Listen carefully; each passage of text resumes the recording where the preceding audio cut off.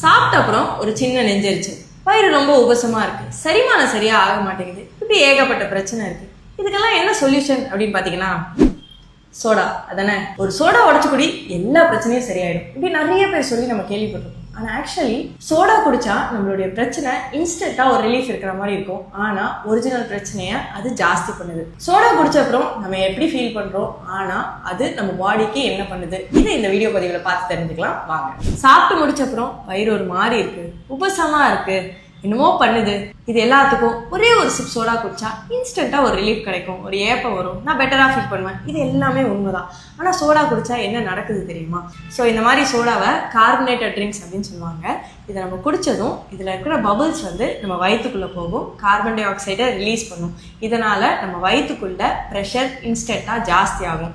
அந்த மாதிரி இருக்கும்போது ஆசிட் கொஞ்சம் டைல்யூட்டும் ஆகும். ஸோ ஆசிட் டைல்யூட் தான் ஆகிடுதே, நம்ம சரியாயிடுதே அப்படின்னு நினைப்போம். ஆனால் ஆசிட் டைல்யூட் ஆனோடனே பாடியில் இருக்கிற கேஸ்ட்ரின் அப்படின்ற ஒரு ஹார்மோன் என்ன பண்ணுன்னா, ஆசிடோடைய அளவு டைல்யூட் ஆயிடுச்சு, நீ இன்னும் கொஞ்சம் ஆசிடை குடு அப்படின்னு சொல்லிட்டு ஸ்டொமக்குக்கு இன்ஸ்ட்ரக்ஷன் கொடுக்கும். ஸோ முதல்ல ஒரு ரிலீஃபாக ஃபீல் பண்ணும், கொஞ்சம் நேரம் கழிச்சு அந்த ஆசிடிட்டியை ஜாஸ்தி பண்ணிடும். இதுக்கு பேர் தான் ரீபவுண்ட் ஆக்ஷன். முதல்ல குறையும், பின்னாடி அதையே ஜாஸ்தி பண்ணும். இது சோடா குடிச்சா ஒரு நாள்ல நடக்கிற விஷயம். இதே சோடாவை நான் ரெகுலராக எப்பெல்லாம் ஹெவியாக சாப்பிட்றேனோ அப்போ எல்லா வாட்டியும் நான் சோடா குடிப்பேன், ரொம்ப ரெகுலராக நான் சோடா எடுத்துப்பேன் அப்படின்னா உங்களுக்கு என்ன நடக்கும் அப்படின்னா, உணவு குழாய் அதாவது ஈசோஃபேகஸில் மேலே ஒரு ஸ்பிங்க்சர் கீழே ஒரு ஸ்பிங்க்சர் இருக்கும்.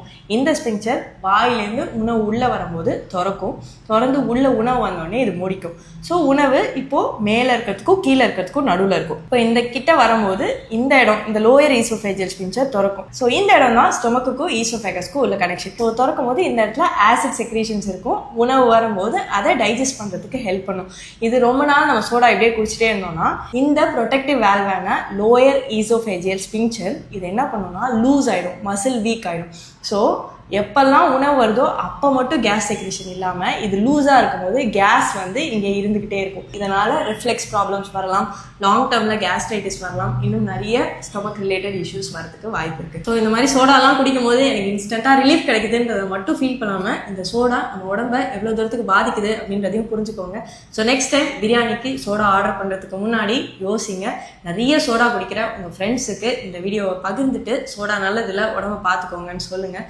ஸோ இதே மாதிரி இன்னும் நிறைய ஹெல்த் டிப்ஸ் தெரிஞ்சுக்கணும் அப்படின்னா வைஷாலி ஹோமியோ கிளினிக் பேஜை ஃபாலோ பண்ண மறந்துடாதீங்க. பாய்.